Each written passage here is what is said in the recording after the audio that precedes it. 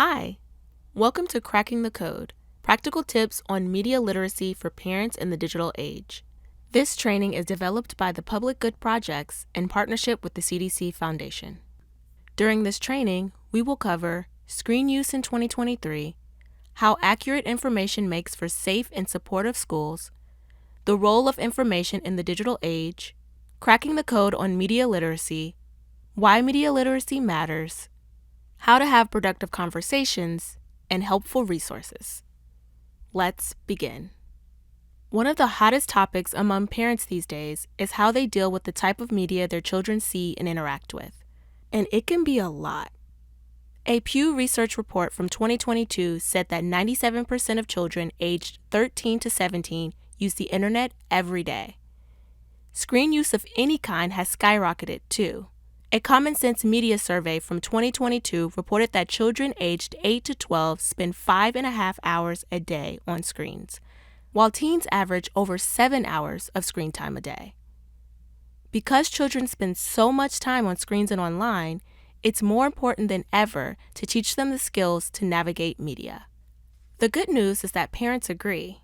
A 2023 study from the CDC Foundation found that at least 90% of parents surveyed thought it was important for schools to teach students how to verify information on the internet, determine if a news story or article is biased, and look for multiple sources to back up claims. Parents also agree that their children need to know how to ask questions to figure out if information is accurate and identify false information on social media. But how do parents support their children's learning in this area, both inside and outside of the school building? That is why we're bringing this training to you. Whether you are a novice or an expert at navigating online platforms, this training will provide you with the opportunity to not only build your own media literacy skills to help you become a better consumer of online information, it will also empower you by giving you the tools and resources needed to support your child's learning, thus helping them to think more deeply about the information they read online. Let's take a moment to think about how media literacy can be helpful in the real world. Every day, you read online articles and news stories that cover everything from the funny to the serious, and some of those may be on topics related to school or education. What do you do if you're reading an article that could have a real impact on your child's school experience? Imagine that you're online in a chat group or on a social media platform and see an article or posting about your child's school or about education in general. It could be about what is the right amount of recess time, healthy school lunches, health education, or social and emotional learning. Overall, it's got your attention and you're trying to figure out what it means for your child or even what it means for your school and community. Sometimes these articles spark debates, and in many of these debates, not everyone has the same opinion, and that's okay. What is important is that parents strive to understand the point of views of others and use accurate information, even if in the end we don't agree with their point of view. That's why it's important that parents take the time to understand whether the information forming their opinions is accurate, complete, looking out for all children. How do you do this? Having strong media literacy skills is a great start.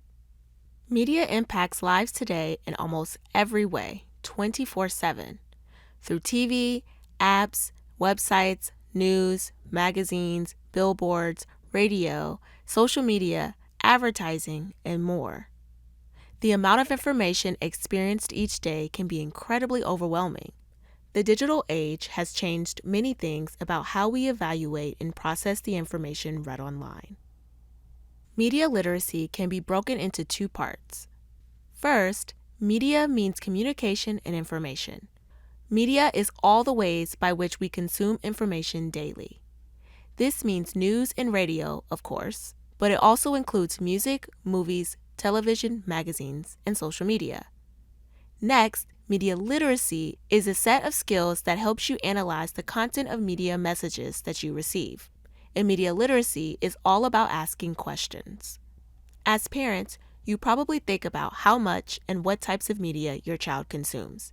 It's important to carefully consider and to be skeptical about what they read, see, and hear online. But Think about all the types of media you engage with on a daily basis. Are you applying the same standards to your own media consumption? Growing up, we learn how to read and become literate. In previous decades, it was through books, magazines, and encyclopedias, and for the most part, the foundation of people's literacy was based on words printed on paper. Now, there's a need for a 21st century approach to digital literacy.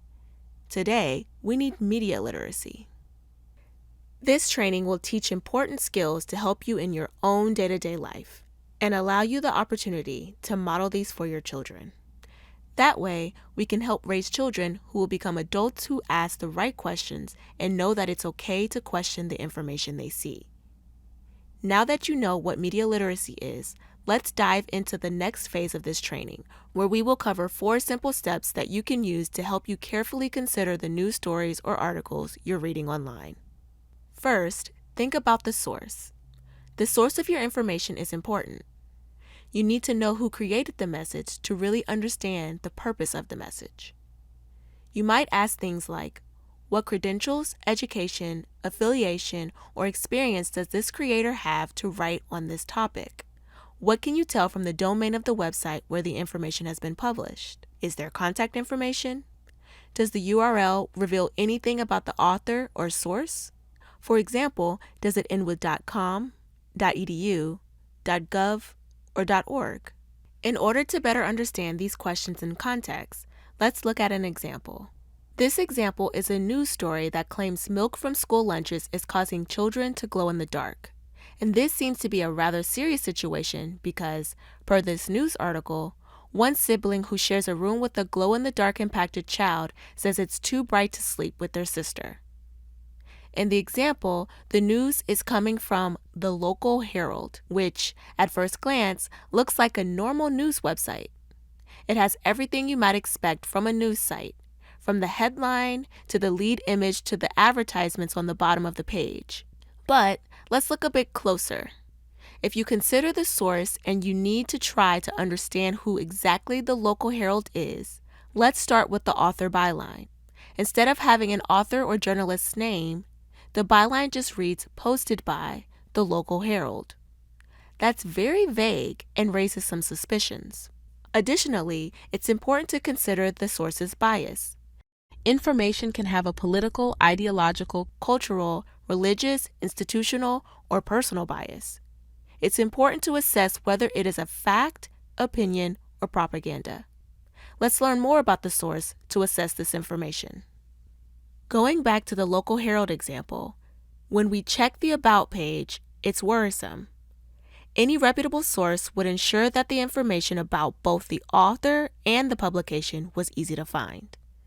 Instead, here it just says, the local Herald is on the lookout for top stories in your area and across the world. We accept viewer submissions, so please contact us if you have a story. It might surprise you to know that while the name of the publication was changed, this is the exact language of an About page taken from a false news site that often spreads misinformation. This is why it's so important to understand your source. In this case, you don't know who wrote the piece of media you're reading, and you don't know anything about who works at the local Herald or even where they allegedly report from. All of these are major red flags. Let's move on to our second tip. Next, let's evaluate the actual information to check for accuracy. What does it mean to be accurate? Accuracy is all about reliability, truthfulness, and the correctness of content.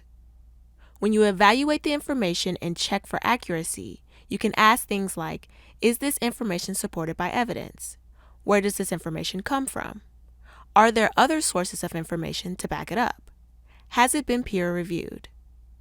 Think of peer review as a quality control process where work is scrutinized by experts in the same field. It's to make sure that published works are valid, original, and of high quality. This provides more confidence that the work can be trusted. Let's go back to the example and see if the author credits their sources. The article cites several so-called sources, including unnamed parents, someone on Twitter, and a parent on Reddit. The lack of names or links out to other sites is a problem. Reputable news organizations will almost always cite names and sources when reporting on a story. There's also no source for the rather concerning image of this child with glowing milk. If the image was reputable, you'd have a photographer or source name. In this case, there is neither. Another red flag for accuracy is to check for grammatical or spelling errors. In this case, there are many. Bad media often has spelling or grammatical errors because the writing may come from bots, artificial intelligence tools like ChatGPT, or content manufacturers that reside far from the US. These sites don't hire editors or fact checkers to ensure that things are correct. One easy way to evaluate the accuracy of the information you consume is to check whether there are other sources to back it up. You can see whether a piece of information is floating alone in the abyss or whether there are multiple sources from a variety of viewpoints backing up the same information. With today's network of news sources, it's easy to confirm articles and see if anyone else is reporting on the same information. In this example, a quick Google search for glow-in-the-dark milk doesn't bring much up. The first results show a lot of glow-in-the-dark products for sale, but nothing on this news item. One way to be sure that there aren't any reputable news stories is to click on the news filter in your online search. In this example, there's a news story about Gen Z and milk, and a few stories about milk and skin, but that's it. There are no other stories on school milk causing students to glow. If milk was making children glow in the dark, there would be plenty of sources and publications running with this story. Another part of checking the accuracy of the information is to check when the information was created. Ask yourself, how old is too old? Does it matter if the information is recent? Has the material been updated or revised? Are the links functional? In this example, it matters a lot if the news is current. If food or milk at schools was impacting students, this will require immediate changes to the company providing the products, the need to identify which students were involved, and potentially even the need for medical treatment. But in this story, the original story was posted on May 19, 2003, and has never been updated. Also, there are no links out to other sources. So in this case, the story is old, it hasn't been updated, and none of the information is accurate. Let's continue to assess the information and move on to our third tip. Now, consider how the information is trying to attract your attention and why. This means that you need to look at the methods and goals of the information. You can ask, what techniques are used to attract my attention, and why might someone use these techniques? Whenever you consume information, you should be cautious about emotional appeals. Especially on social media, posts are built looking for a reaction. In this example, the local Herald shared this old story in a new post on May 15, 2023 that said, "Your children are in danger. We've got the full report." This is on top of the already sensationalist headline telling parents to beware. Remember that on social media, posts are looking for a reaction, and the algorithms reward these reactions, not the truthfulness of the article. In this example, the fear-based caption and headline are clearly clickbait, hoping to get a reaction out of readers. They're looking for a click to the false news site. This is why you should be cautious if something makes you immediately angry, sad, worried, or fearful. The social media post is also showing the URL of the local Herald, which is localherald24.com. Many unreliable websites add numbers or weird spelling changes to otherwise reputable names to try to appear trustworthy. There's a whole industry of unreliable, false news sites that try to make themselves look like real local news sites. After analyzing the techniques, it's important to consider why the media was made or why others are sharing the information. When you inquire about people's motives, you can get a better sense of whether things are accurate or biased. You can ask things like, was the information created to inform, teach, sell, entertain, or persuade? Do the authors or sponsors make their intentions or purpose clear? Does the point of view appear objective and impartial? It's also always a good idea to ask, is someone making money? In this example, you've already searched on the local Herald's About page, and that didn't reveal much about the motives of the local Herald. However, you can see that some people on social media are spreading the story because they have a vested interest in harming the milk industry. A person named Chris P. Bacon shared the dubious glow-in-the-dark milk story on social media, and Jane asked in the comments, "Wait, don't you own a juice company that's trying to sell apple juice in schools?" Clearly, Chris is using an inaccurate, sensational story to push his own agenda: juice. This shows that even if you can't determine the motives of the source behind a piece of media, you can still look to understand why others might be sharing the information. Let's move to our fourth and final tip. The last step you should take when considering media is to think holistically. This means that you ask whether something is the full picture. You can ask, what lifestyles, values, and points of view are presented in this message? What's missing? Are you hearing only negative things? Only positive? There may be a perspective or side of the story that is being left out. Who is it for? Who isn't it for? People often get stuck in online worlds where like-minded people echo each other. This is called confirmation bias, or the tendency to only believe information if it reinforces the things you already believe. That's because social media platforms use your likes and shares to give you more of the same content. Everyone has bias, and that's totally normal and okay. The important thing is to recognize the bias you bring to the media you consume and to look for information outside of your normal circles. Additionally, you should consider how the information could be interpreted. Ask how others might interpret the information. Could another parent view the information in an alternative way? How might different people understand this message differently from you? In this example, there are clearly some problems when you pull back and look at the big picture. The story doesn't discuss the school's perspective or have any comment from a school representative. There are no quotes or information from pediatricians or other doctors, which is odd. If milk was making students glow in the dark, you can bet that doctors would weigh in. And while you already know that there are no named parents, you can tell it's leaving out perspectives because the story is entirely negative. It could be from someone who is already angry at the school or maybe has a grudge against the lunch lady. All of these things are red flags. Let's review everything that we've learned. It's important to remember that anyone can create media and put it online, but not everyone or everything is reputable. To sum up the 4 steps, we want to remember to check the sources, evaluate the information, consider how and why someone has made the media, and then think about the big picture and how the information could be interpreted.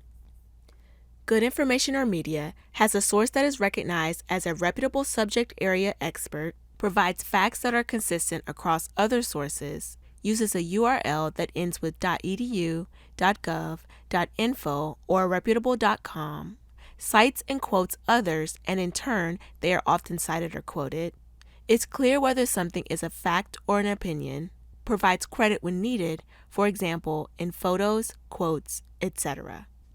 Bad information, including the example about the glow-in-the-dark milk, might have all or any of the following: an unnamed author and a site lacking credentials, a headline that is hard to believe, sensational, and pulling at the emotions of readers, be on social media and a website, but not on other news sites or any other searches, old or outdated information or have no date at all, poor spelling or grammar, items marked as sponsored content or advertisement, missing sources, perspectives, and the information that was included was vaguely described, name-calling, or unfounded accusations.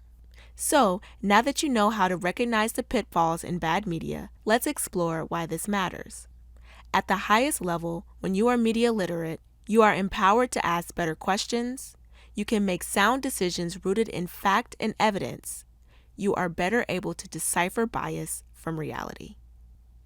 In the context of helping students and in the school environment, it means parents should be able to better understand how school and education-related information may impact their child or their child's classmates and the school as a whole, ensure that the information that forms their opinions is timely, accurate, and isn't coming from unreliable sources.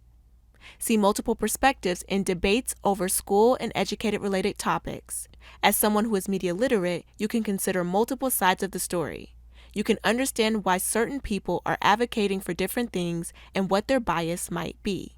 You might even be able to bring people together in a discussion, advocating for their own child's well-being without unintentionally hurting other students. Model media literacy for their child. This approach empowers both parents and children to ask important questions about the information they read online. Everyone can dig a little deeper into the information they consume. Finally, we're going to end this training with some additional guidance about how to apply some of these tactics in real-life conversations. Once you've started asking more questions and improved your media literacy, this doesn't mean that conflict disappears. You might run into a parent, friend, coworker, or even a family member who has not taken the same steps. It's natural for disagreements to happen, and it's important to keep conversations productive. Here are some tips on how to keep things civil, whether you're communicating online or have a face-to-face discussion with other parents. Always consider your own bias. It's easy to write off others as ill-informed, but if you start with recognizing your own bias, you can approach people with a more positive attitude. It's important to listen with empathy. When our values are challenged, it is hard to resist the urge to speak out and correct others' views. If you listen with the goal of understanding another person's values and not trying to prove your own point, conversations will be productive. Use words of acknowledgement, positive language, and open-ended questions. Start statements with, "I understand that," "I appreciate your point on," or "I think you're trying to say." Sometimes it can be helpful to try to summarize someone's statements back to them to ensure that you've got it right. Also, ask open-ended questions, such as those that start with how, what, or why. Don't lump other people together into a monolithic group. People might surprise you. When you assume you know how someone is going to think or act, you're also limiting any possibility of change. Start with the assumption that people are individuals. Remember that all parents want their children to be safe, healthy, and successful. Even when parents disagree, acknowledging your shared values can keep discussions productive. What's the common ground in a discussion? How can you build upon that common ground to move the conversation forward? Did this training inspire you to want to learn more about media literacy and ask questions? Good. That's the first step. There's a variety of organizations dedicated to helping parents with their own media literacy and raising children to do the same. A few options are listed on this slide and can be found in our corresponding one-pager. These resources include the National Association for Media Literacy Education's Parent Media Literacy Guide, the News Literacy Project website, which contains helpful tips, tools, and quizzes, Media Power Youth's Training for Educators and Parents for teaching students. Thank you for taking the time to watch this training. We hope that you walk away feeling empowered and utilize your new skills in media literacy.